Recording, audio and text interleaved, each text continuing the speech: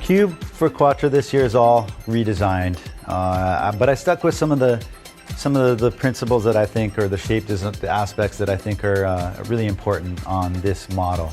This model to me is a board that covers a much broader range of conditions, from side on, side to side off. So you can use it kind of in all those conditions, which is pretty amazing. It's a quad. It's got a 4-fin system, and basically you can see that the outline is pretty parallel throughout.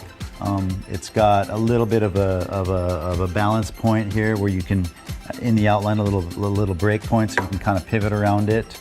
It's got a V bottom with double concave throughout. The V helps the board to roll over on the rail, then put it onto the outline, which will finish your turn for you.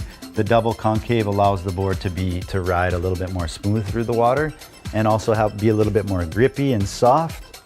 I went with the, you can see kind of the diamond tail here. I like the diamond on the quad, especially a board that's designed for a little bit more onshore.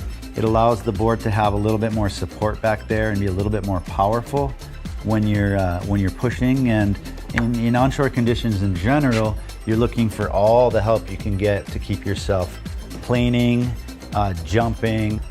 We came with double inserts in the back so that the strap doesn't twist, the MFC straps. And throughout the whole range, from the pyramid to the cube to the power, I tend to play with the edge on the tuck of the rail, which is right up here. So basically, on the pyramid, the edge would be further back.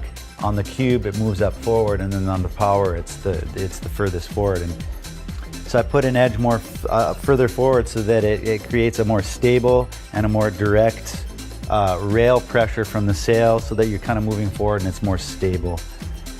This board has a little bit of a flatter deck than, say, the pyramid. That's going to be a little bit more domey, but not quite as much as the power.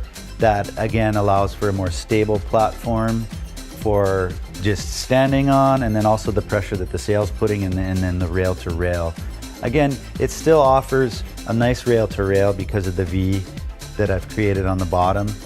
The rail size tends to be sort of a medium, fuller rail that allows you to kind of roll over and the rail to go in the water a little bit, but still be supported, which is so important, I think, especially in onshore conditions. On the wave side, you want a fuller rail because you're pushing really hard.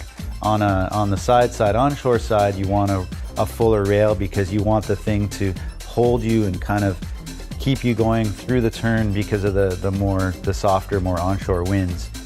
In general, also the fuller rail runs more parallel, or more, it's a slower foil basically. So you're gonna have a full rail here, and it's a slower foil into the back part of the board, which again, when you're rolling over and riding on onshore, it's gonna support the forward, middle, and back motions that you do, and also the bigger size sails in general that you ride.